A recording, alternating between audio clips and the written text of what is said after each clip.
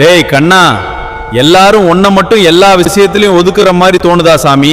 உன்னை சுத்தி இருக்கிற கூட்டம், நீ வேலை பார்க்கிற இடம்னு எல்லா இடத்துலயும் நம்மள மட்டும் ஒதுக்குறாங்களேன்னு வருத்தப்படுறியாப்பா? 4 பேருக்கு ஜால்ரா அடிக்க தெரியாம, முகமூடி போட தெரியாம, உள்ள ஒண்ணு வச்சுக்கிட்டு வெளியே ஒன்னா சிரிச்சு பேச தெரியாம நீ நேர்மையானவனா இருக்கியப்பா.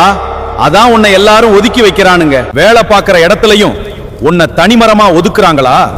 கூட இருந்த நண்பர்களுமே உன்னை மட்டும் திட்டமிட்டு கழட்டி விடுறாங்களா? பாசத்துக்கும் நட்புக்கும் ஏங்கி நிக்கிற உன்னை முட்டாளா நினைச்சு சிரிக்கிறானுங்களா?